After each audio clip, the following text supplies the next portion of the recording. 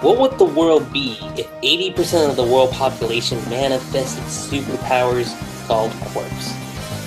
Heroes and villains would be battling it out everywhere. Being a hero would mean learning to use your power. But where would you go to study? The Hero Academy, of course. But what would you do if you were one of the 20% who were born quirkless? Isn't that the question of the day, everybody? Hey y'all, what's up? Lucky Cheese 7 is here today to, oh my god, it's so shocking. He's not doing a Tokyo Ghoul podcast. Wow, that is honestly surprising. I mean, guys, I did a One Piece podcast like months ago. That should tell you something that I'm starting to do other stuff. But look, I've been doing my Hero Academia stuff for a very long time, since chapter 24. And I've been wanting to do something like this for the series for quite a while. And as always, I've got not one special guest with me, but 3. Let me introduce you guys to Captain Steve. Not so much Captain Steve as it is by my former Narusaku podcast name, lkmnjh, also known as Steve. But I doubt any of your listeners would listen to those podcasts anymore. And my, I don't know if I would call assistant, but Sparda3g. Hey, and now I'm here at the My Hero Academy, the far less interesting talk to okay, maybe that's not true. That's not true. But it's all up for the debate. But hey, I am in here with the My Hero Academia podcast, and I know a lot of people still has a gun sniper, whatever you want to call it, on my head, and see, hopefully the next chapter will serve me better. But that's not what we're going to talk about. We're going to talk about something different, something that seems like the part 1 of Naruto. Okay, let's not jump to that conclusion, but we'll just wait and see. But hey, it's good to meet you all. Don't And forget last that but you not also used to be called For Life. Yes, that is true. And last but not least, our water boy / dungeon guard, Blue Star. Hello, BlueStarSaber here, everyone. You may know me from the Narusaku podcasts, or that fairy tale podcast we did a few months back with For Life, on For Life's channel. Oh wait, I mean Sparda3g. Yes, the warrior of Sparta these days. FYI, whoever manga he reads, he kills. So Don't make me read Gintama and For Life. it's ending. We'll be saved. But if you read Tokyo Ghoul, then we're screwed. Then we're screwed. Don't make me read Tokyo Ghoul. I will read Tokyo Ghoul. Okay, that's it. I'm gonna go buy the volumes for Tokyo Ghoul this week. No. No, stay away, Blue Star. Stay away. I'm gonna read them. If you wonder why the quality went down for Nanatsu no Taizai, look at him. Okay. Yeah, BlueStarSaber, the problems of every manga and anime ever. Maybe that's why the Naruto ending was because of Blue Star. That's why. That's why everything I watch that's like very underrated ends up being a perfect anime, because Blue Star doesn't watch them. Just in that case. Okay. I'm gonna watch every anime and manga you now watch for that. I mean Sparda. Fine. Just to see. Fine. Watch Dynamic Core and make it even worse than ever. Alright, fair enough. But anyway, for those who do not know me, you can probably find me on Tumblr. Let's see, wait, are you guys muting? Never mind. You're muting me. Oh, that hurts. But anyway, let's see. For those who may not know me, I am also on Tumblr, on my own blog. You can also find my previous work on the Narusaku podcast. Now, granted, I sound like a total Naruto fanboy back then. Anyway. Okay, what? I said, what a dweeb. No, I'm just kidding. Don't worry. I was part of it too. Don't worry about it. Fair enough. Well, you might have. Okay. You're lucky I'm not as young and angry as I was back then, dude. No, it's cool. I love this guy. Or so he claims. Maybe. Anyway, let's see. Anyway, my introduction's gone on long enough. We're here to talk about the new Naruto 2.0. No, I mean My Hero Academia Season 2. Excuse me? What?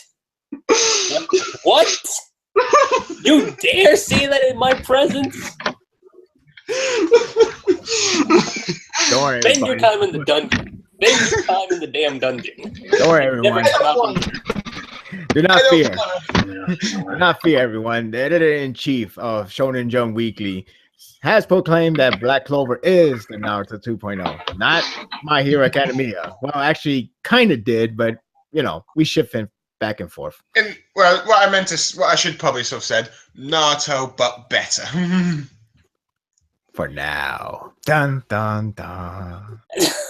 Anyway, so with My Hero Academia Season 2, yes, I know. The dub ended a couple weeks ago. The subs, I want to say, ended 4 weeks. We're a little off. And I've been planning to do this for a while. I've just been a little distracted, if you will, with my own personal story. But, my novel that I've been talking about for a while. And, well, when it comes to Season 2, I did review the first 6 episodes. Now, that didn't mean I dropped the My Hero Academia anime. Like I said, things just came up on my end. I couldn't get back to reviewing the series, at least when it came to the anime. So, I figured now that the anime for Season 2 is finally done, why don't we all just talk about how Season 2 turned out? So, let me open up the floorboard to my fellow guests here, see what they think. Let's see. Well, I suppose I should start. Overall, I thought it was. Wow, talk about interference. One at a time. Blue Star. Okay. I suppose I should start with how I got into My Hero Academia. I heard about it, kept hearing about it from 4Life and Lucky Chi. My bad. We're sorry. It's our fault that if the series quality drops because of Blue Star entry. Let's see. They ended up, talking about how good the series is and all that stuff. And I was. Go on. I'm sorry. Let's see. And I was just seeing.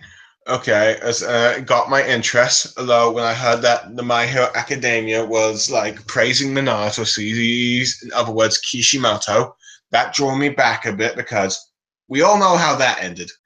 Yep, we all know how badly Naruto ended and stuff, and that we just want to move on. Let's see, but then after a while, I figured, I kept seeing the opening, and I kept, Lucky Chi assured me it's not as bad and stuff. Eventually, I decided to check it out. Although instead of doing the Season 1 anime, I decided to read the manga for the first time, reading a manga before the anime. And blimey, I was hooked. I kept reading the chapters every day just to catch up. Even sometimes during the more, computerish kind of classes at college when I had nothing to do, which is naughty of me. But still, I enjoyed the series immensely. It was like Naruto, but better. Let's see. So then after, when I read all the manga chapters, I ended up watching the first season, which was amazing. Anyway, for my thoughts on Season 2, I think it not only just expanded upon of what Season 1 has done, but even better with the characters, with the villains, with the fights, the animation, and the soundtracks. They're all better. It expands, and it's much better. I keep saying the word better. Sorry. Let's see. I believe the highlights for me were pretty much the fights between Urakara and Bakugo, Doria, Shuto, and anything with Stain, along with the final 2 episodes. Anyway, I suppose, let's see, should we do a quick synopsis of the entire season just so people understand what I'm saying? Yeah, we could definitely do that. As we all know, Season 2 continues off after, the League of Villains attacked at the end of Season 1. Let's see. Mr. Arizawa announces that there's going to be a sports festival. This is a big chance for, all the students for hero organizations to recruit them and get into big-time hero jobs and such as that. Let's see. Here we end up learning a bit about the motifs for quite a few characters, mainly Okacho, who joined the hero's course in order to make money for her family, which you could say, depending on your point of view, selfish or noble, it's a mix of both. And here, but the most surprising character to get such focus this season will be, of course, Shoto, the ice dude from season 1, but we barely got any. Bakugo said he's stronger than him. During the course of the series, Shoto decides to challenge Midoriya to best him to prove he's the number 1 without using his father's powers. As we learn that he was produced in order to surpass All Might from his father, who is the number 2 hero. But before going on to more of that, we also learn that other courses in the UA are also challenging the Class 1A, particularly the B class, who feels like they've become second fiddle after 1A became so famous after the Hill incident, along with other minor hero courses who feel like they get all the spotlight. And to the Twitzy, meanwhile, All Might has decided that this will be Midoriya to win this sports festival in order to become the new him and announce it to the entire world that he is All Might's successor. Of course, this puts pressure on Midoriya. Cue to the festival, Bakugo vows in his Bakugo-like manner that he's going to be number 1. They race for a bit. First event, they race, showing all the heroes' all the students' quirks and such, including some new characters that will play a role later in the second event, eventually becoming neck and neck with Bakugo and Shoto, with Midoriya making a surprising event to turn first place. Of course, it ends badly for Midoriya, as first place for the next event means you get 1 million points, so everyone will try to steal them from you. So in other words, everyone divides into groups of 4, and Midoriya, not so surprisingly, teams up with Okacha, and surprisingly, a new girl from Tech Course, I believe, and I need to get the Wiki page for this guy, just so I can say his name. That's 1A. Let's see his name. This is why you should know all the names firsthand, ladies and gents. Well, they're very Japanese, but yeah. Tokiyami. The bird dude, if anyone's...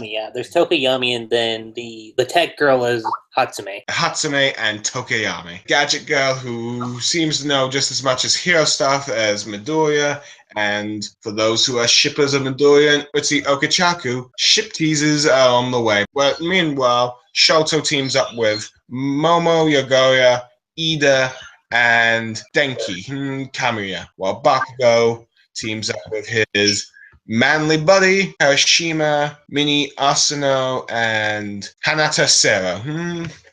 Let's see, just look them up in the names if you're confused who I'm pronouncing.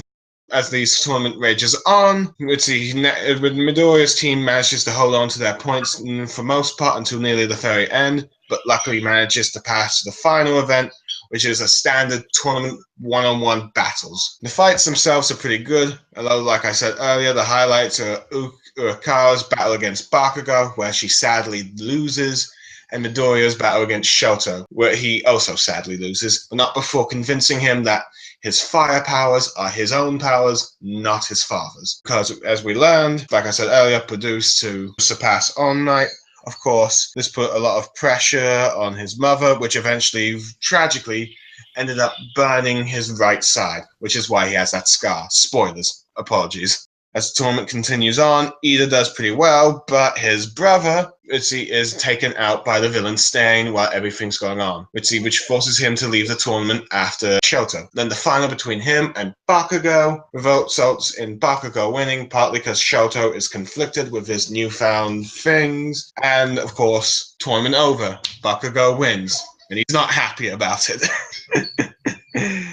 We then move on to the next arc, which Stain is recruited by the League of Villains. Stain is unlike anything the series has shown so far with villains, as this guy has strong convictions, which kind of clash with, Shirigaki's sort of gamer, chaotic attitude kind of thing. That's the best how I can describe it. Of course, they team up, partly because they want to destroy the current society. Of course, during this time, the heroes are getting their internships, and Midoriya gets a surprising internship from the man who trained All Might himself. Think Yoda in a sense. Because it very much feels like Yoda. Anyway, Tenya Ida is also still obsessed with finding Stain and bringing him to justice. Ends up taking an internship where Stain was last sighted. Let's see. He goes to find him. Let's see. The League of Villains cause some chaos with those Nomu things. While Stain is doing his cleansing, runs into Ida. They clash.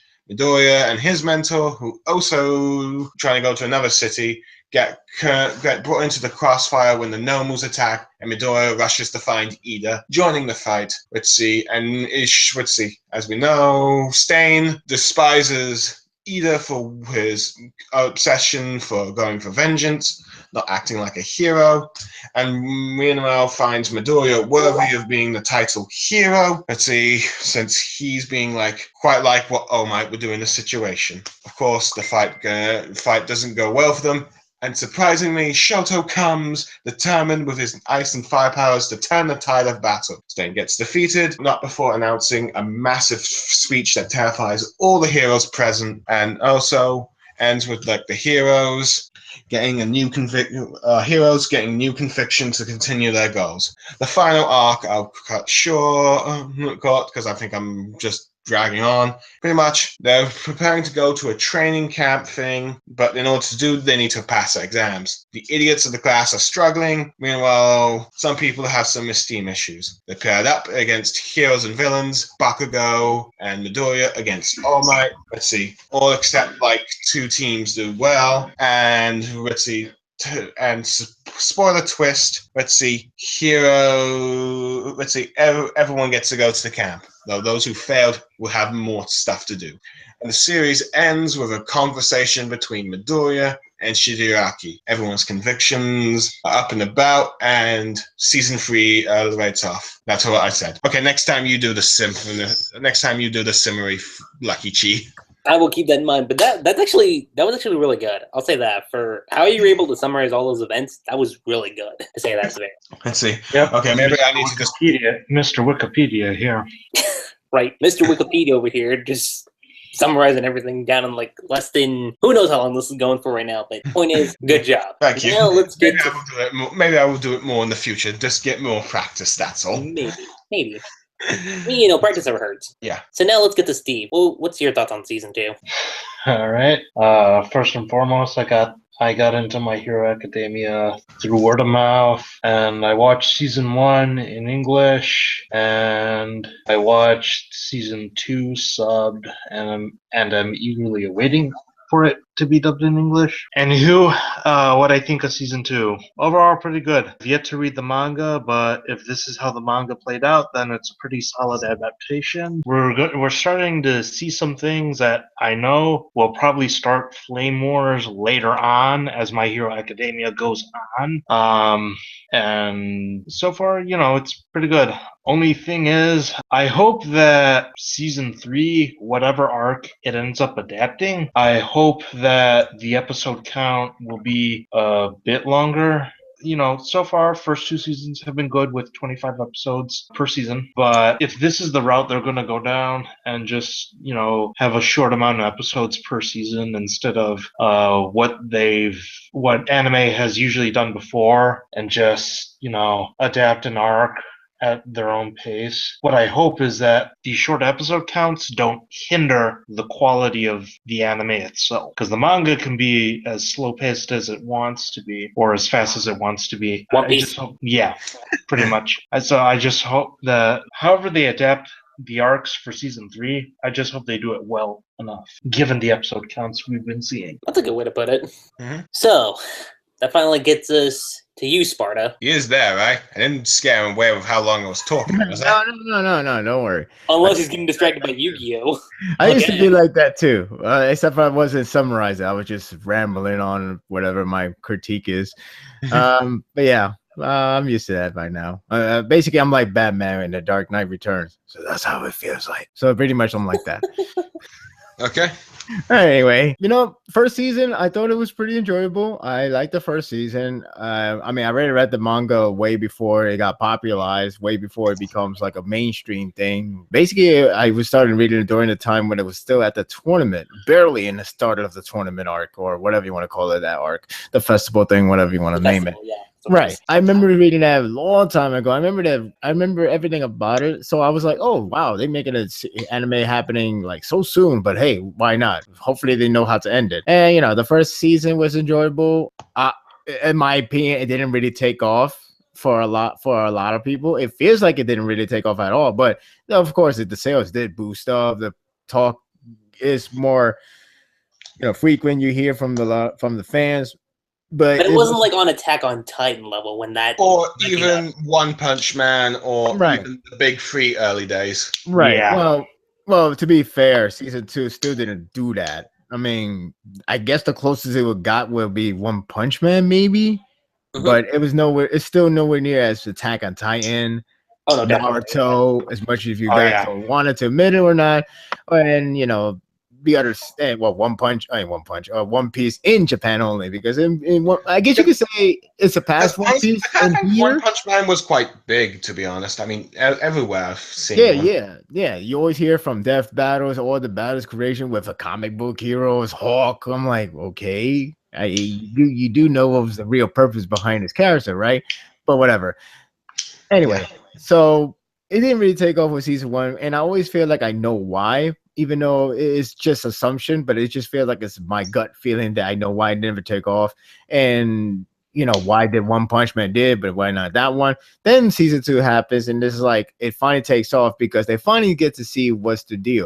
And thankfully, a lot of people, it takes another chance to see the anime, even if they didn't like the first season or they were not a fan of the series at all. They decided to go for the second one. It feels like the second one was the first one after all to a lot of people.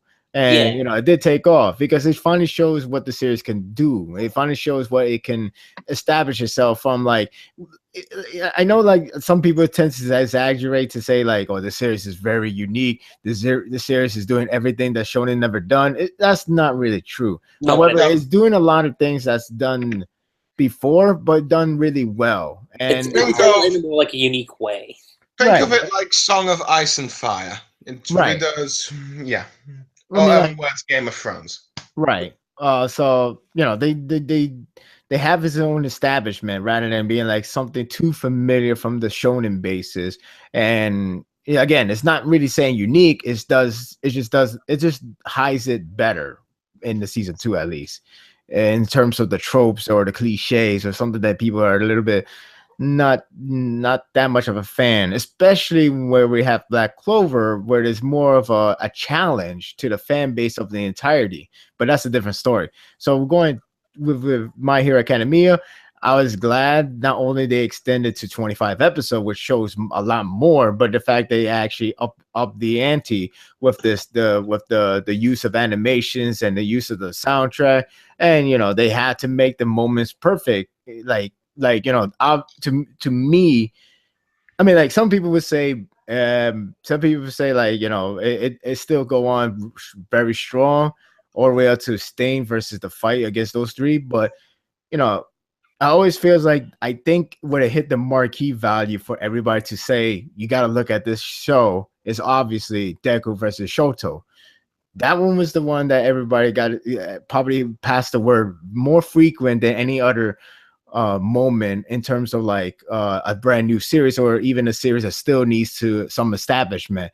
Like, like with Boruto, for example. Boruto got that really nice animated episode, but it didn't really spread out so significantly. It didn't make it into an impact. It just seemed like you gotta look at that fight because that fight is pretty damn good because the animation was good. Fine, but that would be the end of the story. But with Shoto versus Deku, it was the entire episode, and it's not just because of the fight or the physicality. It's just the fact of how the emotional and the plot, the character development within the battle, and the way how they use the expressive is like really well done, and everything about it was top notch from beginning to the end. And it's funny as it is, as it sounds. It was the first episode that didn't use the previously on My Hero Academia. So it makes it more gratifying. Be like, oh, we don't even get that previously because I was killing the episode time. So this episode is deemed to be the best, and rightfully so. I remember IGN gave it a 10. Right, it's I all remember like that too. Yeah, because everything was paced well. It was greatly paced. It was I wouldn't say only moment, but it was. I can't say is. I can't say it's an easy way to say it's better than the manga, but it's hard to argue against that idea that the anime did it better than the manga in terms of that episode, that whole Shoto centric episode. Mm-hmm. Like, definitely. To me, because I remember liking the manga a lot too, but I don't remember being that excited. And the anime really did it well. And that's one of the few examples how the anime can be like a triumphant over the manga. But that's all up to our debate. But the point is, you wanted to see stuff like that for the manga to be so highlighted tremendously in the animated form. I mean, you always hear like, oh, I want this series to be an anime, and then it goes crap because I don't know, the studio was crap, the director's crap, the budget was not well, whatever the case may be. So with My Hero Academia, you got everything. That episode right there, you got everything you are, well prepared for it. With bones behind it, the director, the direction, everything was well done. So, whatever. If you could argue that was the peak, but everything else was still fine. The pacing was well. As much as it was like, again, it was showing off the better side of the series. It was showing what the series can really do, rather than being such a something that you have seen from every shonen. I mean, there were some really good parts in the season 1, but I could understand why people are still not buying into it. Season 2, that's where you could say, yeah, if I buy into it, that's because I'm starting to see why this series has some fan base before the anime even happened. And of course, the superhero theme is a easy pick on, much like ninjas, like ninjas. When you see an anime weekly Shonen Jump, a mainstream ninja series, people are going to pick it up because it's like, oh, ninja, I like ninja. Pirates, I don't know if America likes pirate that much, or maybe because of forecast, who knows? But I know Pirates did get popular when Johnny Depp became Captain Jack Sparrow. Then well, he made it cool but, again. There's that.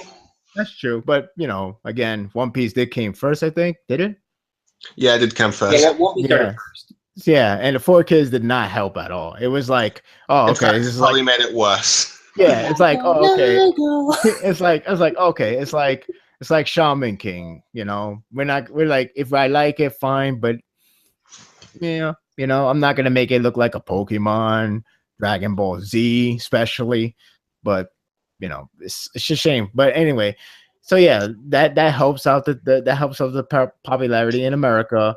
There's a lot of good stuff happened in the season 2, and overall, I really enjoyed it. I really liked it. I was waiting for the whole festival art to be animated in the first season. It would have been probably arguably be stronger in terms of the reputations and stronger in terms of spreading out words, instead of like, well, season 1, I saw that it was okay, I guess, but look at season 2. Oh yeah, you're right. Season 2 is better. I mean, of course, sometimes season 2 tends to be better than seasonal wise, but sometimes you can't make, what the old saying goes, you can't do first impression twice. Yeah. I also think that when it comes to My Hero Academia, like with season 1, the way how it was adapted was more of like an extended prologue to like what the series could go to, and then season 2, it's like you said, like that's when things really kicked it into gear. Guys, I can also feel like season 2 of My Hero Academia was more talked about than Attack on Titan season 2. Debatable. I don't know. That's a little debatable. Because I know season 2 for Attack on Titan was talked a lot, especially the fact that it was like only 12 episodes. Yeah, there you go. I think that was the problem, because Attack on Titan has 12 episodes and it finished. When it finished, it's like okay, we wait for the season 3. Now we talk about another big thing. If Attack on Titan was the only big thing, then it would probably be talked still because that was like the only thing you could talk about. But My Hero Academia was still going on. So I was like, hey, it's like a segue. Okay, we're done with this one. Now we got this one. So, people just jump to the boat.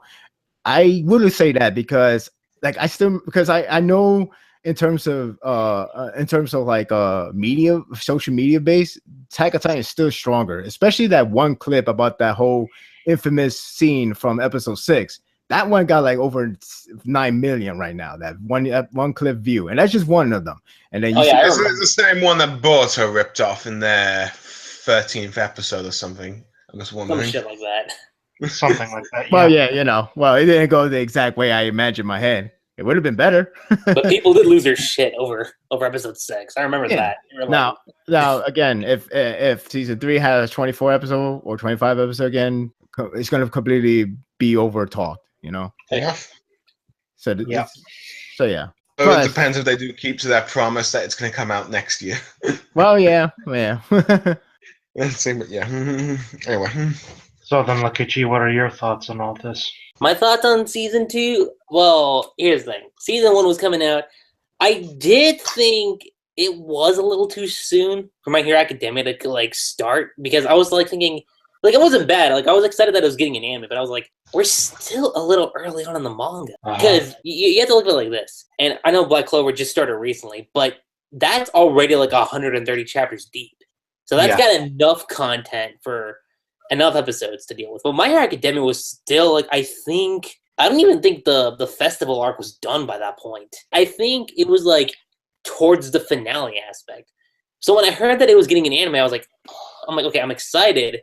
But part of me was a little worried going in like, well, could have maybe a little bit more time should have passed in between manga and its adaptation. Yeah. Because I think the only highlights in like One Piece, the manga was in 1997, and the anime was in 1999. Naruto, the manga was in 1999, and the anime was 2003. So with My Hero Academia, you feel as if, well, I like it, but at the same time, we're gonna catch up to the manga pretty quick here unless something's done about it. Yeah, so I think the fact that it was only 13 episodes, I think it worked in its favor. Because that also kind of gave the manga more time to like not only just produce more material, but just like have enough for the manga to like work with whatever needed to. And then because My Hero Academia season 1, like it's like what Sparta said. It didn't really blow up on like Attack on Titan status, but people were like curious, like okay, like where is this gonna go? Yeah, I definitely feel like the highlights for season 1 were Midoriya versus Bakugo and All Might versus Nomu. Mm-hmm. And Shigaragi too. Oh my god. Granted, I think IGN criticized the villains of not being that interesting, but it depends how legitimate you view IGN as a review site. No, well, everybody has their own opinion. So, True. But I would say, even though this is mainly talk about season 2, okay, actually, Lucky G has to finish his opinion before we get to different discussion because there's one part I would address about the whole series itself, but go on, Lucky. Okay, so where I was talking about again, sure, it was a little too soon, and I think the fact that it had 12 episodes, 13 I should say, worked in its favor. Cut to season 2, I got excited for the stuff that they were going to cover up to, and there was like this one part where I thought it should have ended at. And technically, in a way, it did kind of end on that note. It did end on the same note that I think it should have ended on, where the manga was going, at least for season 2. So I was relieved with that because it wasn't too far ahead. Like I want to say it was like episode 20 of season 2, where I think they could have stopped and then jumped straight into season 3 because it would have been perfect. But they somehow managed to tie it back in towards the very last bits of season 2, and it worked. And with how they adapted the arcs, I mean, shit, it's season 2 is up there, definitely. I have to admit, I was a bit surprised when opening 3 hinted at we was going to get that exam arc. That's kind of my thoughts when it comes to like how I felt about going in from season 1 to season 2. Now let's go ahead and talk about which arc like all the arcs in My Hero Academia are good. Like they are great. But Yeah. what's the one arc within season 2 that stood out to you the most? Was it the sports festival? Was it the Stain arc? Or was it the training arc? Sports festival for me. Who's Mainly because I'm just a sucker for tournament arcs in general. You know, tournament arcs generally restrict as to what you're allowed to do. But with this, they both stuck to the formula but expanded upon it, and that's the best way I can describe it. It broke new ground into how a tournament arc can work now, and I hope that future anime adaptations can take note of this as to, okay, you've seen how it's done, try and match it like that, Never. if at all. Mm-hmm. I guess I kind of said in my own. Like I said, it was sports. It was a sports festival arc because it was like I always feel like that whole Deco versus Shota was the peak of everybody's interest. So if you see that and then you like it, you stay behind and watch it, then enjoy. If you don't like that, then I don't know. then maybe it's not just for you. That's cool. That's cool. But yeah, for me, it was a sports festival. It was the one arc that should have ended in the first season because that would help a lot to elevate the fan base, but it still did, but it's arguably it could have done even bigger. But let's see, for me, I guess it is also the sports festival. It could also turn to the Stain arc a bit. Now, granted, the Stain arc is more of the manga, because when it came to the manga, I kind of read through the tournament arc as just normal arc and stuff. It was still good, but I didn't really go back to it as much as I did with the Stain arc. But with the anime, I tend to rewatch quite many of the highlight episodes. Let's see, the Bakugo versus Urakara. Pretty much, in many ways, this arc gave Urakara more depth than Sakura and Rukia for both Naruto and Bleach respectively did in the entirety of their series, in at least the first halves at least. Okay, maybe I'm being a bit harsh on Rukia. She's actually got quite a lot of development, but a lot more development than Sakura ever got in part 1 of Naruto. My apologies. Let's see.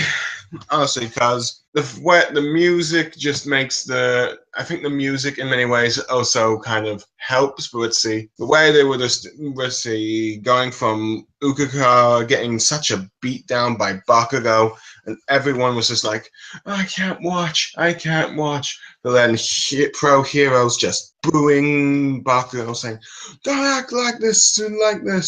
Oh, you call yourself a hero? To Mr. Aizawa just saying, what's the matter with you all?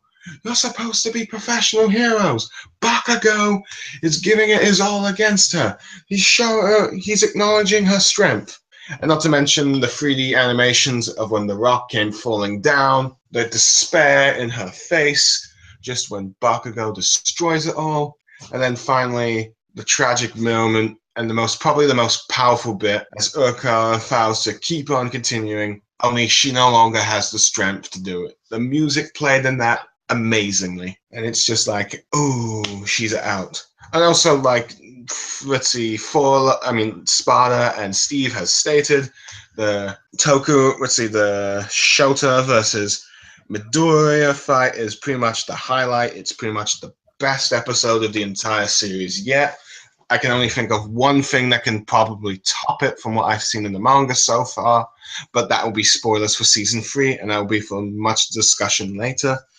But yeah, let's see, the emotional weight, not to mention the beautiful animation, especially that final clash. Yeah, honestly, it was just beautiful. Other highlights, I think we kind of forgot to mention is one episode I particularly like about the tournament arc, which particularly its surprises, is Midoriya's first opponent, who hold on, let me just find the name. I know it's just hard to remember the names when I haven't paid full attention for a while. The general department, Hitsuha Shinso, who has the quirk to whoever speaks to him, he can control. Now, normally, as we know, as we probably know, with a quirk like that or ability like that, people expect the person to be a bad guy. But with what this anime and manga does, turns it upside down, I guess, where the dude does not want to be a villain. He wants to be a hero.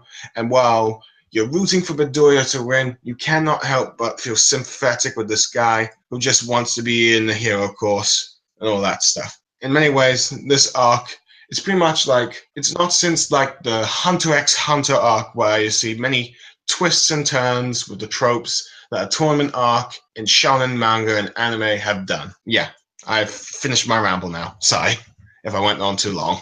Well, That's all right. It's all good. I guess the quick thing I would say is that while that is true, I think that's where like my fear comes in terms for the future. Because when you said something like that, you expect to never go anywhere else. And I guess I got that effect with the latest arc, but another discussion for another time. Without going into any spoilers, yeah. Right. Basically, what I'm saying is like, but the best I can say is like, you feel like you're reading something new or watching something different, but down the line, you will start to see something familiar, and you may start wondering if getting a you bit were more critical. right. Or getting a bit more critical. Mhm. I think the best way to look at My Hero Academia is it's not doing something new. It's reinventing tired and established tropes. It's finding new ways to make them engaging and interesting. That's how I see it. Right. At least around the season 2 timeline. Yeah. Season 3, not really, but it was exciting. And then after whatever specific part, if it goes 25 episodes again, it may be challenging to a lot of people. I wouldn't say it challenged me, but it's more like those effect of after tuning exam for Naruto. And I know we're doing a lot of comparison to Naruto, but my main point about it is that because of people always talked about Naruto tuning exam, since it was arguably, if not definitively, answer that is the best arc. I mean, yeah, maybe that is pushing it to say But definitive. you can argue that either the Sasuke retrieval arc or the Pain arc is better, because that's usually what happens. Right. But my point is like tuning exam is like where the fandom comes in completely. And it's funny. It's funny that you mentioned it because it's like festival arc. It's practically like that, only without a danger, which is fine, which is perfectly fine because we don't really need it, and it shows. Yeah. Sometimes you don't really need the villains in order to make an arc engaging. Right. Exactly. But I already said my part, so That's actually a pretty good way to put it. I mean, I'm trying to think. So going from there, I mean, I haven't really shared my thoughts on my favorite arc. Like, I love the sports festival. Okay, I really love the sports festival. Like, it's an amazing arc.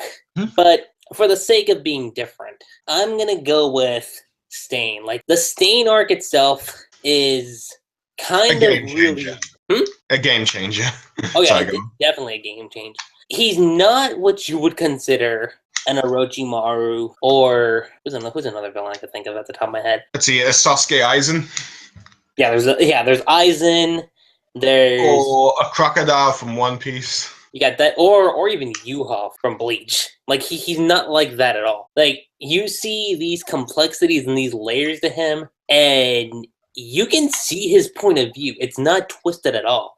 Like when you get his character and you learn about why he's doing the things that he's doing, you're just like, wow, like, okay, what you're doing isn't right, but I can understand it. And when you think of like the situation he's in, like the example that he's trying to set on society, that speaks volumes.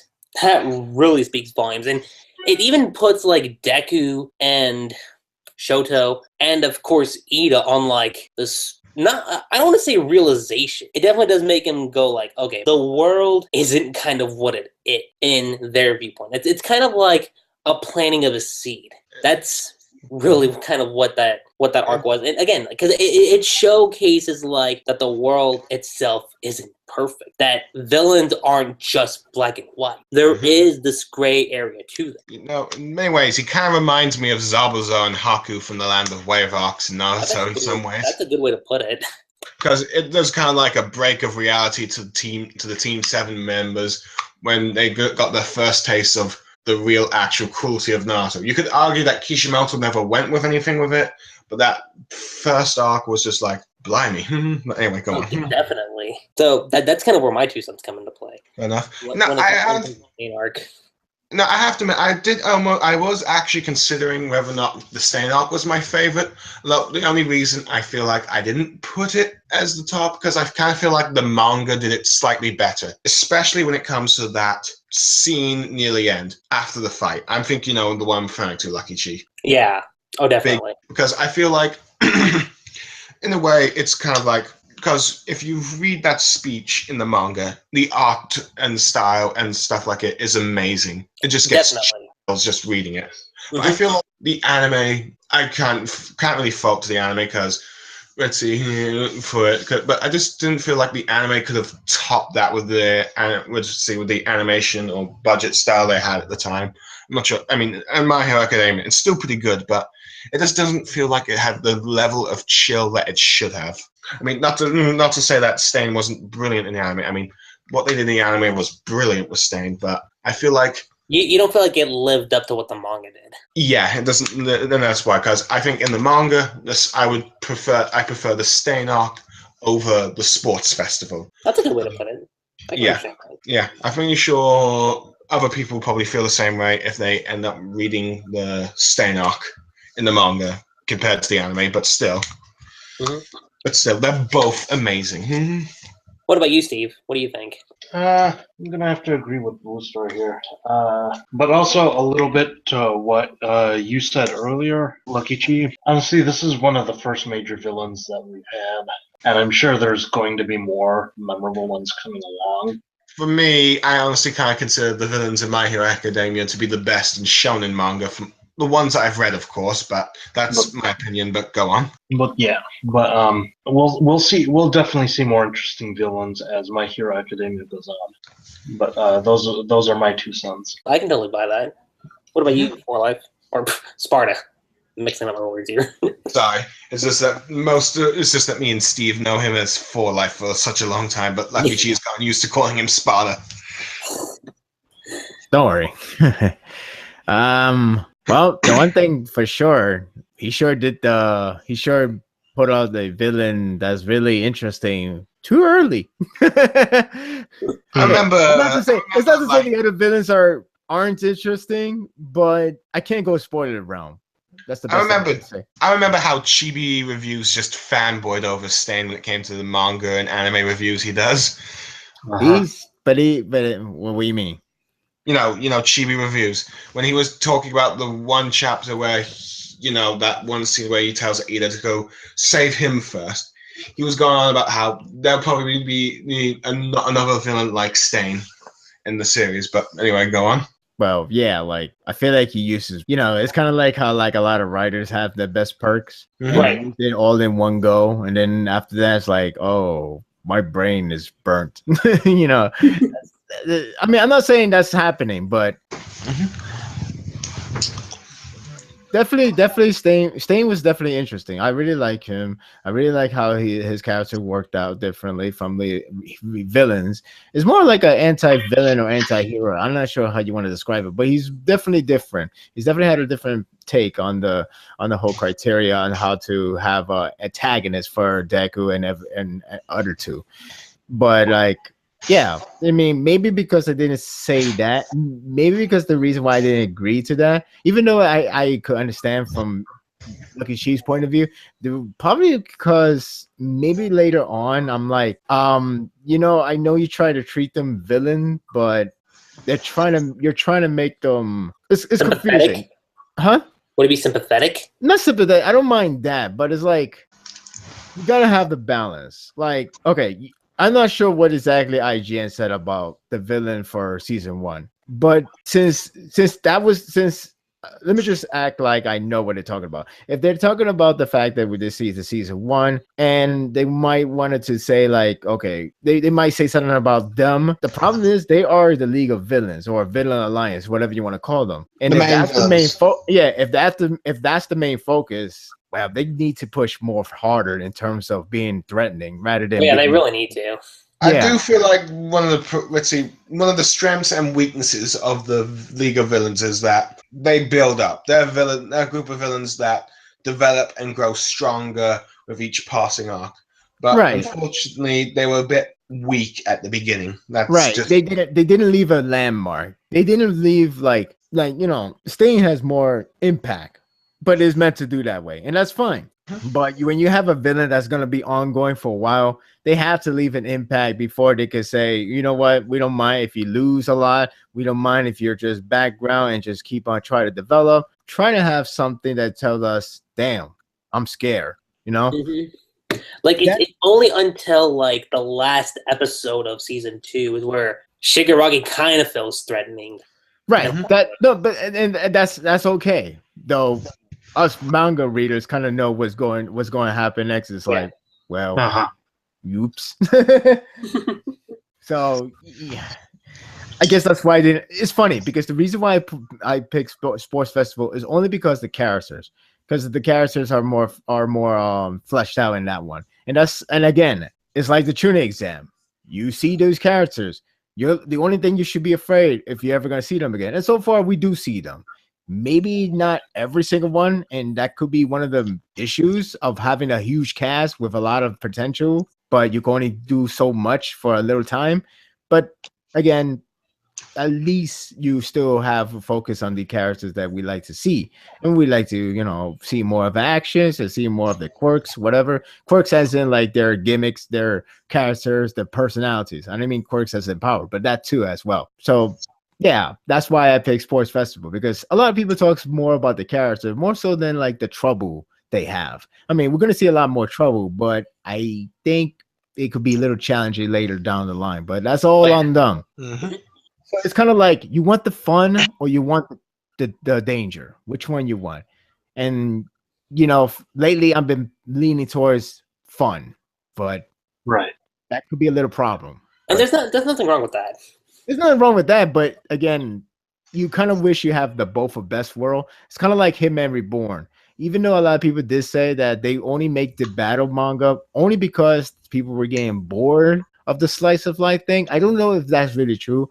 But let's just say if it is true, then it's like, oh, you're losing those type of fan base. What are you gonna do? Oh, make a battle manga. Okay. No, I guess the best example of where you find a balance between the fun stuff and the battle stuff would be Mob Psycho. Yeah, that's a good example. Definitely. Yeah, it's the same thing for One Punch Man. You'd be like, huh. It's funny how you got a character that could just do one punch and it'll be the end of everything. How you make it to so great still? It's just a writing. Yeah. Just writing. Pretty much have the character wanting to find an opponent that can survive at least one punch and give him a decent fight. Yeah, but not only that, it doesn't have to be reliance on Saitama. Saitama has a different gimmick. It's also like how the whole world reacts to Saitama. You have those that deny his strength, those that kind of like want to figure out what he's made of, and those that just like wants to worship him like Genos. yeah, like that. But yeah, that's just my opinion. The black male coming to me tomorrow. Ooh. Ooh. Yeah, FYI, guys, the latest chapter review, I did get a little heartbeat going on when I was about to put upload complete. So that's just basically our general thoughts on like our favorite arcs. Unanimously, again, it's Sports Festival, and again, Sports Festival for me is a close second, and I love it. I love the Sports Festival, but again, Stain to me is just like, okay, if I had to put a percentage rating, Stain would be at, let's say, a 97. Sports Festival for me would be like at a 96. It's like that little of a difference. That's it. But genuinely, I love both the art. Now let's talk about favorite episode, and this is where things can get kind of tricky. And I can kind of start things off first because I already know mine. My favorite episode in season 2 has to be Ochiko versus Bakugo. Because I remember for the longest time, like even when it came to the manga, Ochiko was compared to Sakura a lot. And I mean a lot. Like she even was like number 1 as far as like worst shonen heroines go. And I'm like, what the hell? Like, because again, manga was just starting off. Like maybe I want to say 40 chapters deep. And I'm like, have you guys read my? I mean, sure, like not much happen. But the second that moment hit, be it the chapter or the anime, like, that was amazing. And again, that just showed that no, Ochiko isn't a soccer. Like, she can do stuff. And I'm not saying soccer didn't do stuff, because she did. I mean, the Kazekage arc is definitely her defining arc, but that's another discussion. Oh, yeah, definitely. But with Ochiko, again, when you're seeing what she's capable of and how far she's willing to go to get to her goal, like, it's amazing. And it's not like she gave up because she was weak. Because she's, even when she was getting low on energy, she was still trying her hardest to win. But again, because of the fact that her lack of her energy was like depleting, like that's the only reason why she lost. And again, that episode to me was just personally just my favorite episode, and that's just kind of my thoughts on it. Also, Bakugo goes like, what part of her was soft, Right, or delicate, or fragile? It depends on the translation. Yeah. What about you, Blue Star? Let's see. I was going to probably say the same of you, but let's see. But you pretty much summed up the episode well. And I think we've all talked about the episode afterwards with like Shoto and Midoriya. But I say my other favorite episode of the season would probably be the last one between the conversation of Midoriya and Shigaraki. Yeah, definitely. I can agree with that one too. Well, probably say the manga probably still did the artwork was still better. I think it was a lot closer to reaching its level of quality, or at least doing or at least even if it didn't try to reach that, it tried something else that could match it compared to like that big speech with Stain. And blimey, it was just like, anyway, in many ways, Shigaraki reminds me of Anakin Skywalker turning into Darth Vader. Because in a way, I feel like that's the arc for Shigaraki. He's become I can see that, actually. I can Darth definitely... Vader. FYI, everyone, that's a bad sign. No! If that happens, Sparta, we're blaming you for that. We're blaming you. Even though I quite like the Anakin Darth Vader thing in the prequel trilogy, but that we're not here to discuss that. Prequelists, folks. I'm joking. Prequelists are proud. Anyway, I like the prequels too. Okay, nothing wrong with that. Nothing wrong. I mean, besides, I like the prequels too. Like, the third episode. And moving on. That's it. Blue Star, finish your thought. Okay, yeah. In many ways, I was just doing that comparison. Let's see, because I feel like this is, also in the same episode, we get, previous episode, they were introduced at the end. We also get to see two of the new villains. Let me see. Let me just get the League of Villains up. Toga and, what was the other one's name again? What was his name again? You got Toga. I know who you're referring to. Yeah, I know. Let's see. Look, we all know we know the names and stuff. It's just that they're hard to pronounce at times. And Dabby. It was Dabby. Right. Dabby, I believe. Yeah, it was Dabby. Let's see. We get to learn a bit more about them. Toga is like, I suppose, cute fangirl-ish high school student, but with a bloodlust, I suppose. Is that the best way to describe her? I actually think that's a good way to... well, not good, but the best example to describe her as. Yeah, at least that's what I'm thinking of at the moment. I know there could be a better way to describe her. Put it in the comments below if you want, but let's see. But yeah, anyway, we learn how she wants to become Stain. She wants to be like Stain, kill Stain. She wants to go Stain. She loves the look of wounded, injured and blood and all that stuff. And she's just crazy, but in an adorable kind of sense. Mm-hmm. That if you would probably find that if you were psycho, you'd be probably attracted to her and stuff, but that kind of thing. But anyway, and Dabby, he's a bit more mysterious in a sense, but yeah, he definitely seems to want to live by Stain's ideals at the moment.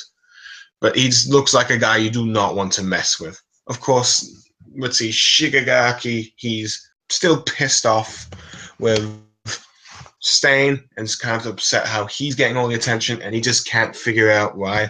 So he tries to attack them, then blows off some steam.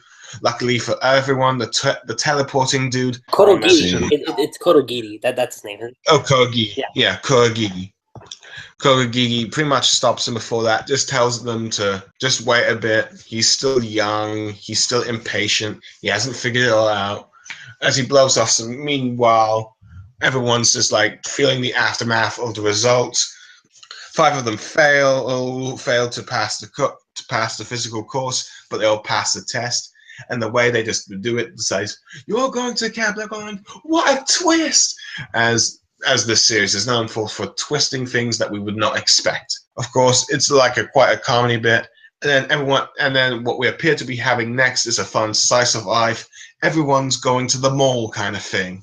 Of course, we also get a bit of shipping tease with Uekara and Midoriya as everyone else goes off. Let's see, I knew it. As earlier in the fight, when everyone was doing their exam test thing, Ochiko was teamed up with the sparkly dude, the guy with the French accent, pretty much the guy who thinks he's all that, but it's kind of a joke. Asked her, "Do you like Midoriya?" And she's like, "No. She's so embarrassed by it, she runs off, saying, "Bug spray!" And Midoriya's confused, like, "Am I a bug?" Because we are now starting to see that Ochikaku probably has feelings for Midoriya, and it's probably vice versa, as we could probably tell by the first time the two meet. Meanwhile, this gives Shiogaki to come out of nowhere and surprise Midoriya, and says, "Let's have a little chat, shall we?" And then we get talk about Stain, and we learn what Midoriya's feelings are on the two villains, because Shigaraki is kind of interested in Midoriya because he's kind of like All Might, although he does not yet figured out the connection yet. We'll see when he will. Midoriya pretty much lays it out straight for them. "I have no idea who you are, Shigaraki, nor do I understand you, nor do I accept you. But with Stain, while I do not accept him, I understand him. He pretty much is, like him, he is a fan of All Might, an admirer of All Might, and his convictions. He is true to his convictions. He will not flee, even when things don't go his way. He's a man who will live and die by his principles and his convictions. Meanwhile, you, Shigaraki, are a whiny man-child baby, who just, when things don't go your way, you throw a temper tantrum. Sorry, I need to say that a bit better. Of course, with this revelation, Shigaraki realizes what he must do. His convictions of ending All Might, as he realizes that he will use Stain's ideals as a stepping stone for what he really wants to do. The end of All Might and this false sense of peace he believes that All Might is causing, which, of course, will lead to a much more deeper past between how Shigaraki became the man he is. Well, of course, we'll have to wait until season 3. Luckily for Midoriya, Okachaku comes back before he gets any ideas of crumble kind of thing. Sorry, poor sound effects. Anyway, they leave. Pretty much aftermath. Everyone is preparing for the future. I would definitely agree. Sure, it may not be my favorite episode, but, and again, I'm being honest. That episode for me is definitely, at the very least, number 2. It's definitely number 2 for me, as far as favorite episodes go. Mm-hmm. And I definitely agree with all the points you brought up too, when it comes to it being your favorite episode. So, Steve, what about you? I'd have to say the episode where it's Izuku versus Shoto. That, to me, it could have easily, since this was the first tournament arc and it's very early on, this could have easily delved into, well, the hero will always win at the last minute sort of territory. And I'm glad, spoiler alert, and I'm glad that it didn't when Izuku lost. However, very narrowly he lost, but nevertheless he still lost against Shoto.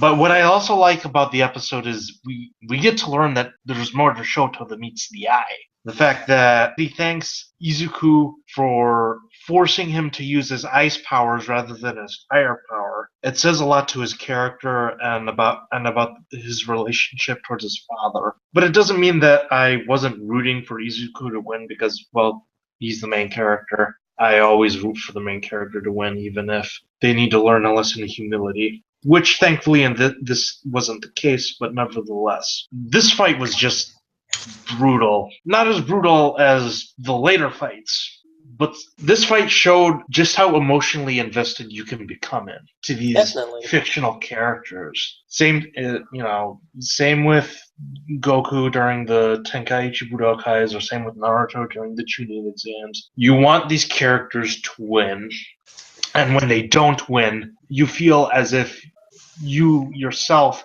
has let everyone down, as if you were that character. If that makes any sense.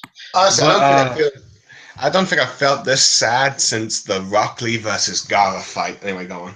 Oh yeah, definitely.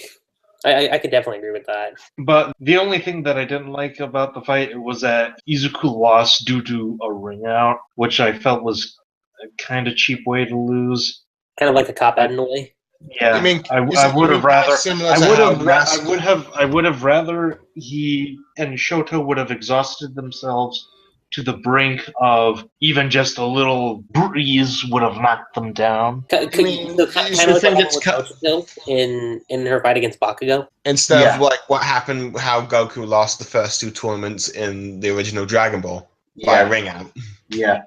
So yeah, that's my favorite episode of season 2. The 10th episode, I believe. Yeah. Yeah. Okay. It's definitely the 10th episode. So now that comes down to you, Sparta. What's your favorite episode of the season? Well, it's like I already addressed. Episode 10. I already addressed this earlier. Like I said, everything was like perfectly done, nice. It was all well pasted. It felt like it was the right time to pull the, hey, look, they didn't do it previously, so now everything feels fluent. Everything was straightforward.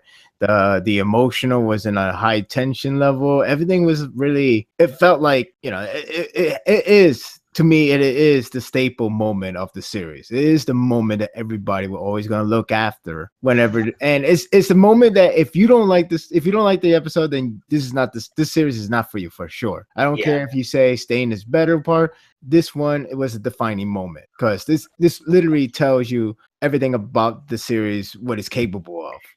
When it gets to the highest peak, when it gets to the vintage level of the series, and whatever you do see that in the later on or not, the point is it does exist and it can happen that way. And when it happens that way, you will be reminded why you're a fan in the first place. So yeah, what Steven said is pretty much what I think, more or less. So yeah, episode 10 for sure. Fair enough. And you, Lucky Chi? Lucky Chi is floppy. Not sure. Should we talk a bit about the anime and manga differences? Well, I mean, I think the one biggest, because there was at least one filler episode that focused on the internship with the other characters, because Midoriya, Ida, and Shoto were, of course, the main focus. Everyone else got their own thing. Bakugo's was probably the most funny because he chose the wrong internship. Let's see. Well, this course the filler focused on Tetsuyu, but let's see. I'm pretty sure might be the most favorite female character in the series. If you're not an Okachu fan, but let's see. I'm not sure. What about Floppy? That's what I meant. Floppy. Okay. Isn't she called Tetsuyu? Yeah, but I'm just saying her hero name. Yeah, okay. Because I'm pretty sure Froppy is the most popular female character in the series. Maybe not. I'm not sure. But at least maybe in the West. I think she won the poll recently. I'll check it out while you keep talking. Let's see. But yeah, we pretty much get a filler episode focused on her, which works for me. I mean, heck, it's like, why can we have more fillers like this in previous manga animes? But oh well. Anyway, the one thing that I think the anime changed from the manga is that the testing hero exam thing where the heroes and where all the students are teaming up against the teachers. In the manga, they all happen at the same time, but they happen separately in the anime. In a way, I think this kind of works for the anime in many regards, partly because you can build up tension between which characters get to pass and fail. Pretty much have one, let's see, the first group that starts out fails, setting the tone of, oh my god, it's serious if you fail, kind of thing, or this isn't going to be easy and stuff, while giving more potential for characters to grow with who they interact with, or have fun commercial moments, like with Uraka's against the French guy against 13, leading to a Midoriya Uraka shipping moment. Of course, in many ways, I think it also works as, it also kind of forces the Midoriya versus and Bakugo versus All Might as like the big finale fight before episode 25. And while it's not as big as the Shoto versus Midoriya, it comes quite close, which could also have been my top episode, just for how well the animation's done. But I just chose the one with more of Midoriya and Shigaraki. Okay, so I could you're starting to talk about shit. So I can confirm Suyo did beat Ochaku in the latest poll, as well as the U.S. first poll. So I guess it goes to show you, if you don't do anything, you'll be number one. Okay, that's not fair. But you get my point. My point is like, well, you could do a lot of things, but nah, you're not going to be So first. I've been listening. I just want to let everybody know. Yeah. I didn't realize my mic was muted. Sorry. Be careful of your shipping preferences, Blue Star. But that made We all all the remember the last Mark. We all remember the last time we got invested. Yeah, Yes. I know. I'm still not. Oh, I'm not going to be like butthurt if the ships do not become canon. Even though the ships not becoming canon is not the only reason for us to be all butthurt about Naruto. We all know that. There was My many. sword were pointed toward you if anything happened. Yeah. No, I'm pretty certain if any ship's likely to happen, it's going to be Midoriya and Uraka. But let's see. But I'm not here for shipping. I'm here for superheroes. Lies. Well, I mean, okay. Truth be fair, just to bring up this topic, Kohei did state, and this is actually in the volume, that he does have scenes planned between Izuku and Ochiko. That's his word, not my word. That's his word. Yeah, I read that. So I'm pretty certain this ship might. Let's see. I don't want to jinx it. It's like has a 70% chance of happening. Definitely. I'm not going to do like 90 or blah blah blah, because it's not like with Fairy Tail, I guess, where the ships were dead set and all that stuff. But of course, it just could be that from My Hero Academia, they just cannot just ignore the ships entirely because they're focusing to be heroes. Right. That's basically the point behind it. Well, in all fairness, there's only one pairing I could think of in the entire series so far, so there's that too. Now let's talk about, again, none of the episodes I'm going to say from this point forward are bad, but what's the episode that was worse? I feel like any episode with a lot of information every time we see a character or two. I'm just kidding. Though I'm surprised nobody said anything about that. I'm like, all right, I get it. I don't need to know them forever. I know who they are. I know their quirks. I guess maybe let's see. Hold on, let me just bring up the name. Let's see. Mineta? As a Mineta? Mineta. Let's see. Yeah, is it Mineta? Yeah, it's Mineta. Yeah, is that the pervert one? Mm-hmm. Yes, the one that everybody tends to go to the higher 10th level of hate. So go on. Yeah.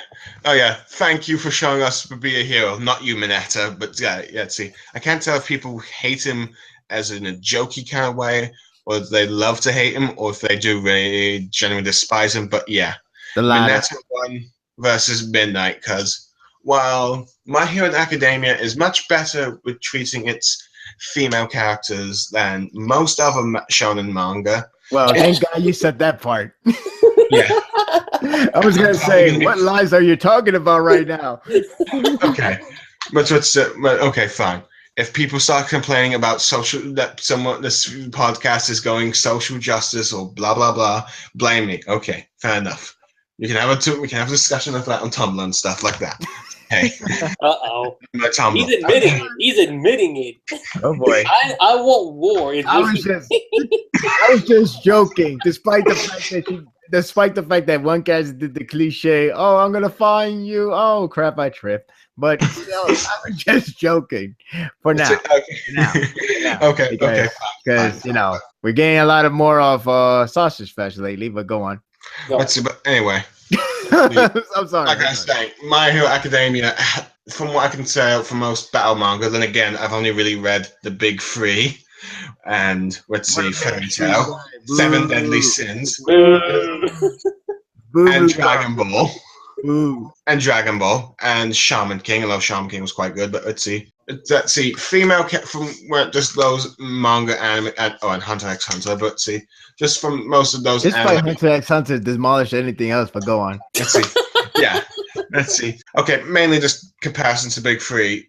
Let's see, My Hero Academia has, for me, most part, handled its female characters much better. Although it does have the problem of doing a bit of fan service. Granted, it's not on the levels of Fairy Tail. That's true. That's definitely true. But let's see, one character I do kind of find a bit iffy at times is Midnight. Well, that is her character. Yeah, I mean, that is her character. I mean, it's expected, but let's see. But sometimes I do feel like, well, the thing about Mineta works most is that, he's a pervert and everyone calls him out for a pervert and he gets punished for being such a pervert and it's funny. Sometimes it's a little repetitive and it might be a little bit too much at times. It depends. I believe that. The IGN reviewer definitely felt that way, but that's not why I am saying it and stuff. But I also feel like that episode was also the weakest because it mainly also, besides, let's see, Mineta was the most centralized character for that episode. The other kind of fights and stuff like that were just with minor characters and stuff, none of the main characters and stuff. I mean, it was important to focus on them and stuff. They get a lot more screen time than Naruto ever gave the K11, which is saying much. I'm making a joke there. Good point. Let's see. But in a way, I guess it was, it's a necessary episode and it's still pretty good. It just feel like it's just like a slowdown after good episode after good episode after great episode after great episode. It just kind of feels like it's slowed down a bit. And right. That's just about it, which I believe was episode 23. That was episode 23. Mm-hmm. I can definitely agree with that too.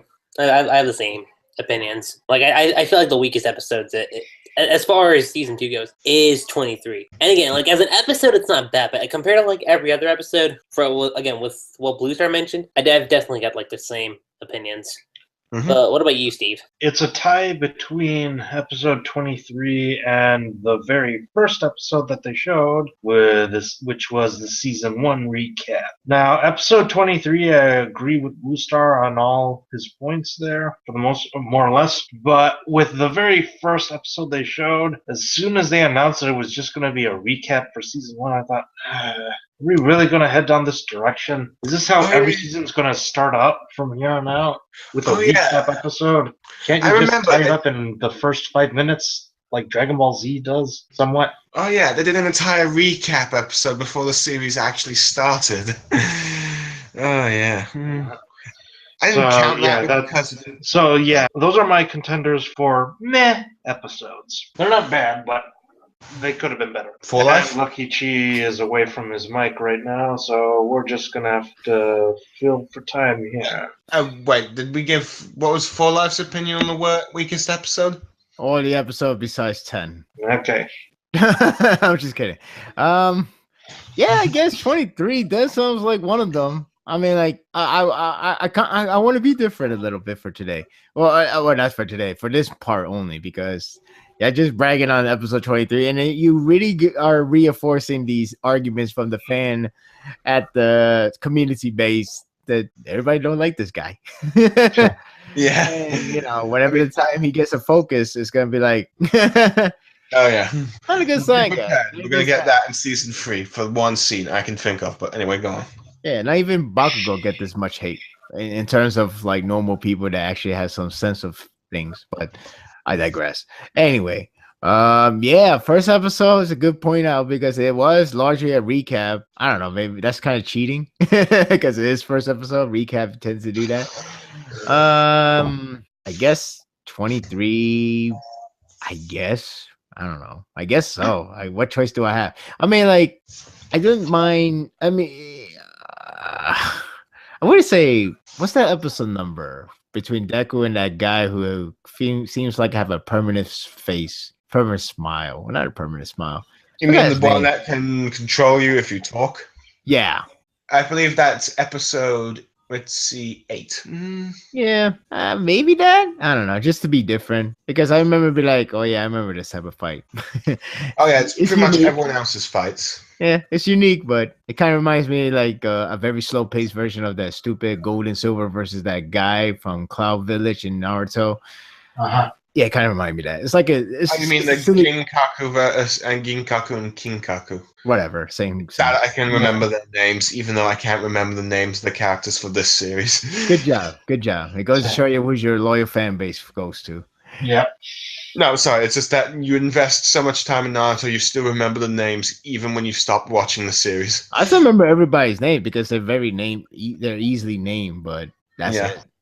Yeah. But we like I was gonna pick Foppy episode, but even though I do like her still, I still like her. I just thought the episode was fine. I didn't think anything special. I mean, it wasn't. Yeah, I guess. Well, yeah, I guess so. I guess episode 23 is the easy choice, isn't it? Yeah.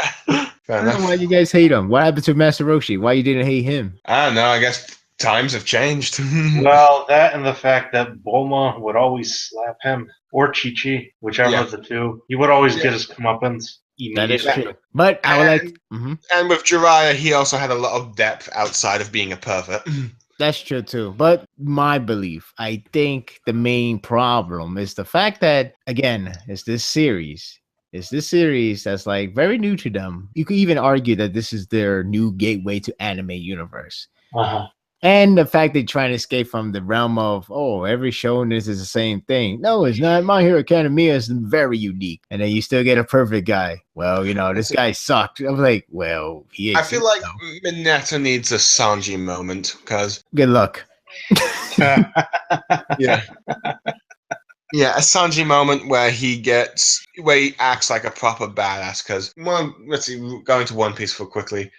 And see, I've had issues with Sanji's character for a long time until Whole Cake Island. But that's a discussion for another day. Anyway, yeah. Well, I mean, I understand what you mean, but the series has gone 157 long, so I don't know. We'll see. Yeah.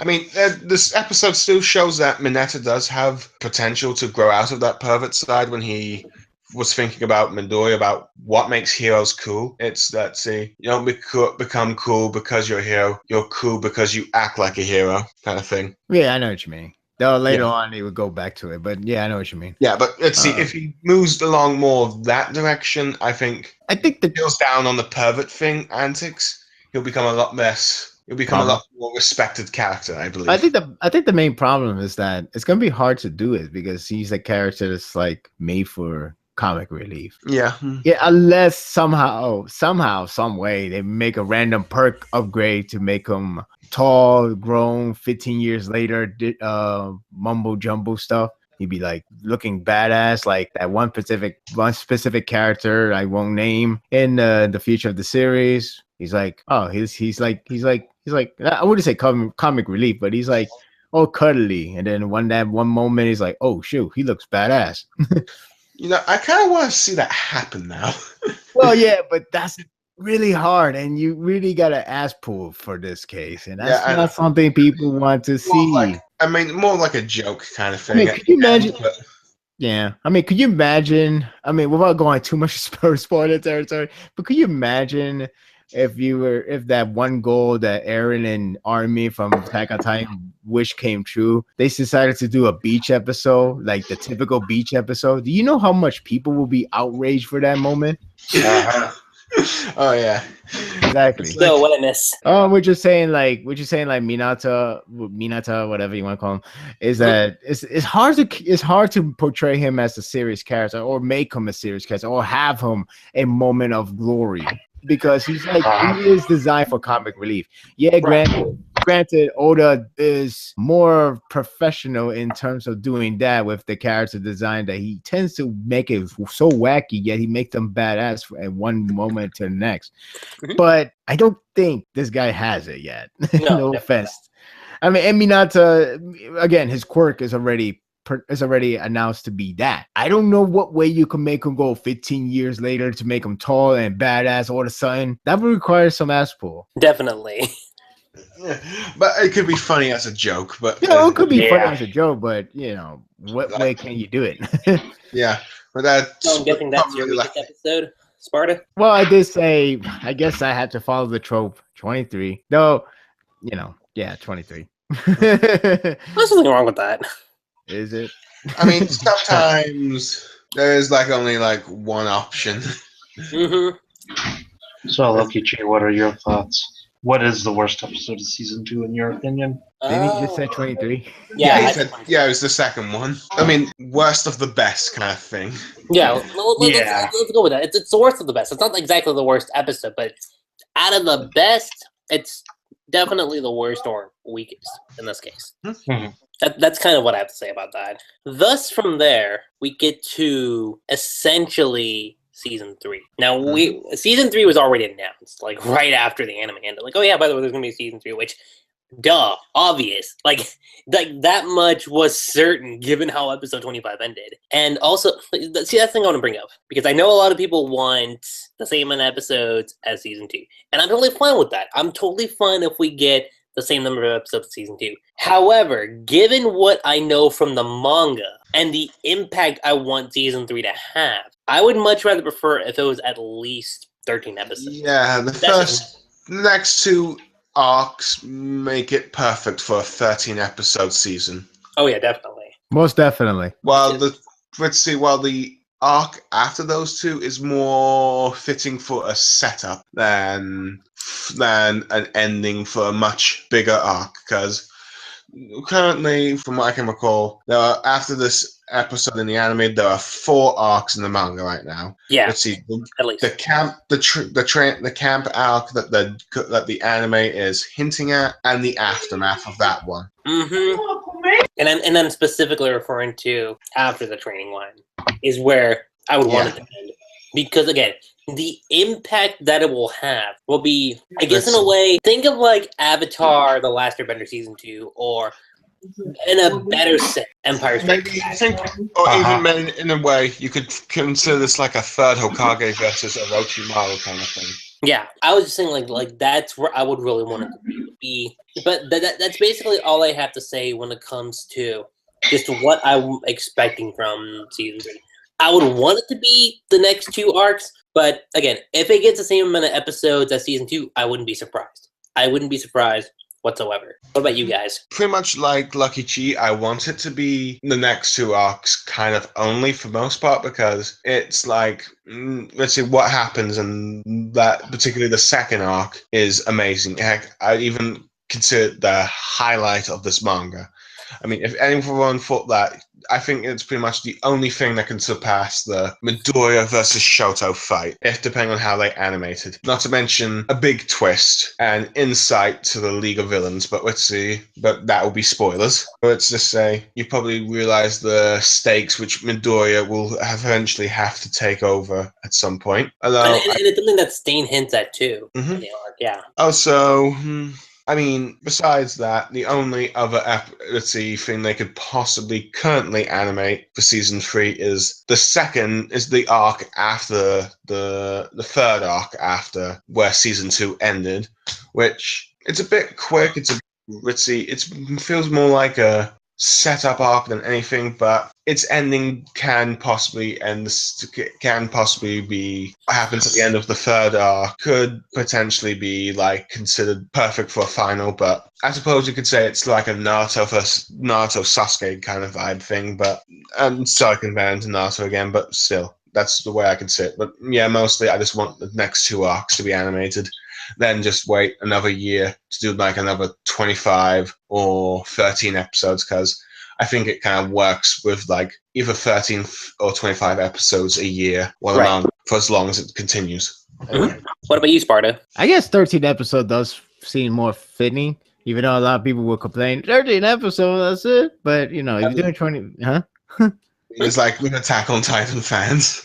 Yeah, basically, that's the reason. It's like the main reason for like. No, being granted, so for them, it's because they also had to wait 4 years.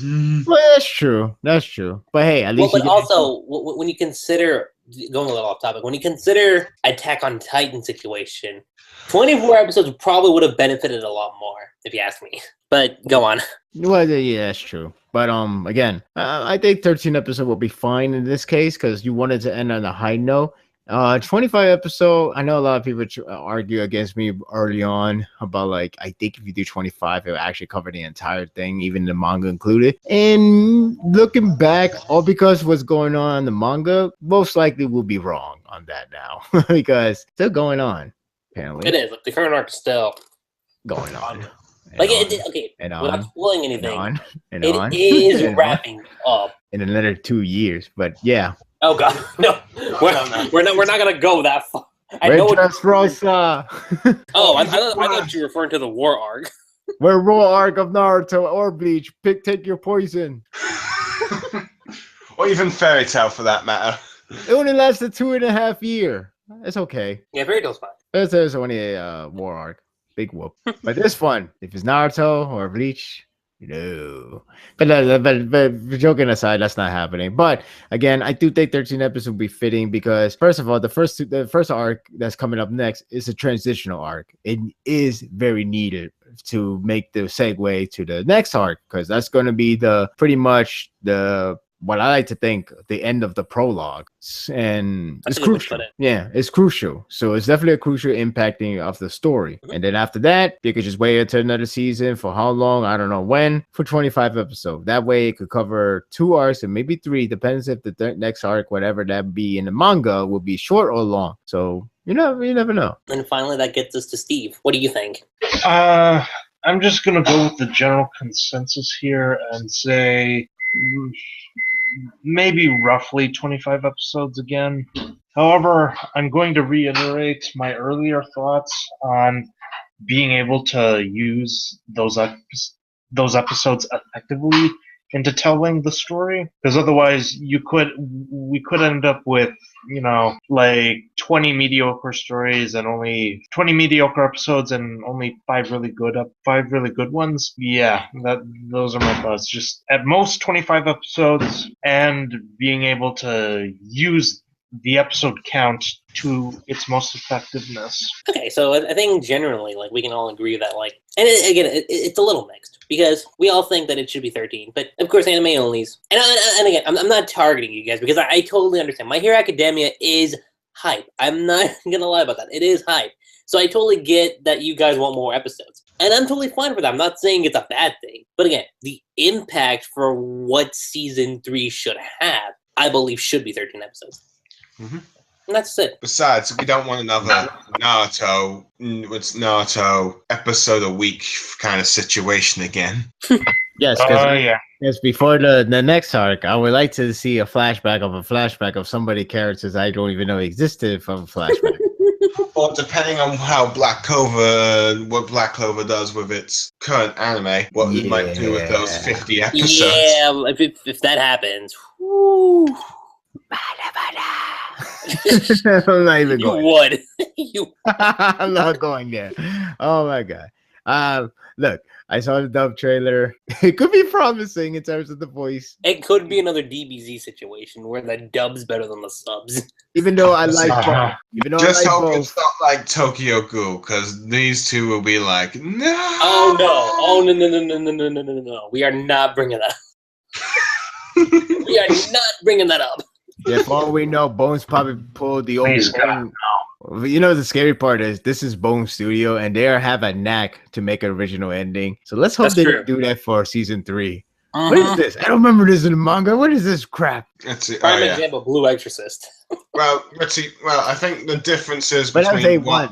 That was A1 pictures. I think if I recall correctly, Noragami season 1 did that. Yeah, okay, I remember Noragami season 1 did do that. From what I can recall, with Bones is a little different now, because back when it was like doing Soul Eater and the original Fullmetal Alchemist thing, they were doing it like weekly, and the anime and mangas were still ongoing, so they made their endings. But now, Soul Eater, that's right. I forgot about that. Yeah, That's another one. Oh God. I believe the original Fullmetal Alchemist anime, for the most part, they did all right with their original content. Sure. At least that's what I'm hearing, because I usually hear people say when they prefer the homunculi, they prefer the original anime's homunculi compared to the mangas, which is a bit odd, but oh well. No, I know what you mean. I know what they mean, but you are sacrificing something, and Definitely. yeah. But yeah, I think but Brotherhood, but yeah, let's see. But yeah, I think anime studios have kind of, for most part, figured out, and for the most part, because Toei and Studio Period still do it. I don't know. Kinkei Sensei. I must have pronounced that wrong. For most part, It says hi in a way. So maybe. Okay, fine. I don't know what that is, but let's see. For most part, I think most anime studios are realizing you don't need to do like 50 episodes a year all weekly on. You can just do the seasonal 13 or 26 type of style seasons like shows in the West would normally do. Yeah, Twin Star Exorcist. Oh, Twin Star. I'm sorry. I mean, I've seen adverts in manga volumes, but let's see. But not the anime. Studio Period, or however you want to pronounce it these days. Okay. Oh, I feel I'm sorry for your loss for life. So One last question. Which opening did you prefer? Opening 2 or opening 3 for the season? I would probably say opening 2. Me too. Me 3. Okay, fair enough. Let me guess, you're opening 3? Yeah, it's kind of... Opening 3 is not bad. Let me say that right now. Opening 3 is not bad. I like it. But opening 2 has like that. I'd see, personally, opening 1 is still my favorite, though, depending on what happens. Opening 2, opening 3, it depends on my mood. But anyway, yeah, they're all great. Let's see. That's me done. Okay. Fine. Now, as far as endings go, ending Definitely 2. the Third third ending. one. Definitely Third the third one. Oh, No, third I ending. forgot. There's only 3 endings in total. My bad. Yeah, definitely ending 2. Ending 3. Ending 2. That damn. That's because it's also because I'm a fantasy fanboy. Yeah, no, it's cool. It's cool. But I just like ending 2 so much because I remember watching episode 10. I finished watching and I keep rewinding the ending. Oh yeah, it's episode 10 real well. Just kind of like how back in Naruto, the ending 28 of Shippuden worked well with the Obito stuff. But anyway, go on. Because he is the coolest guy ever. Of course it is. No, except for that part. Never works with that part. Anyway. What about you, Steve? What's your favorite ending? I gotta go with ending 3. Ending 3? Mainly because, like Blue Star said, the fantasy elements there. I kind of like that. Yeah. Win. Like, no, look at the points. The points don't make sense. That's not to say all the other endings are bad. It's just personal preference. That's what it basically boils down to. But of course. Makes sense. But aside from that, I think that pretty much covers everything when it comes to My Hero Academia, unless I'm missing something, which I think we covered for the most part. Yeah, we did. Anything you'd like to add, Blue Star? No, I'm pretty much done. Okay, good. Alrighty. I'm pretty much done too. Yeah. So, with that being said, guys, that's pretty much all we got for this My Hero Academia podcast. Sparta, Blue Star, Steve, it was really great having you guys on board. And again, just having 3 people on a podcast, like, at least on my end of things, that was an experience. Well, now you know how Mr. James S. Cassidy feels every time he hosted Narasaku podcast. Oh, definitely. Yeah. And now you know how he felt when 4 Life turned out late. Well, he always turns out late. Okay, I said that. That's unfortunate. That's the unfortunate part on my end, guys. Yeah. But hey, when I come and show, I deliver. Yes. Only Tokyo Ghoul is when he comes early. Did I say that out loud? Oh yeah. It's like priority comes first. But